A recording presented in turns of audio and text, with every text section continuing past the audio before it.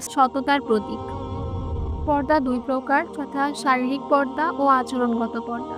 মেয়েদের জন্য পর্দার কিছু নির্দেশনা রয়েছে। সেগুলো হলো, মেয়েদের শরীর ঢেকে রাখতে হবে, তবে কাজের প্রয়োজনে তারা হাতের পাতা, মুখ এবং পায়ের পাতা উন্মুক্ত রাখতে পারবে। মেয়েদের পোশাক অবশ্যই ঢিলাঢালা এবং শরীরের আকৃতি স্পষ্ট না হয় এমন হতে হবে। মেয়েদের চুল তাদের পর্দারই একটি অংশ, এজন্য তা কখনোই উন্মুক্ত রাখা যাবে না। মেয়েদের কথাবার্তা চলাফেরাতে বিনয়ী হতে হবে এবং শালীনতার সাথে সবকিছু করতে হবে।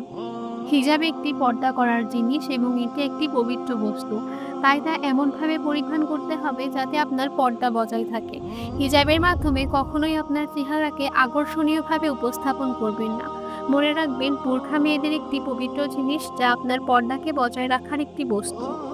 পুরুষদের পর্দারও কিছু নির্দিষ্ট নিয়মাবলী রয়েছে। সেগুলো হলো, নাভি থেকে হাঁটু পর্যন্ত অঙ্গ ঢেকে রাখা তাদের জন্য ফরজ। পুরুষদের পোশাকও হতে হবে শালীন। খুব ছোট অথবা শরীরের আকৃতি স্পষ্ট করে এমন পোশাক পরা যাবে না।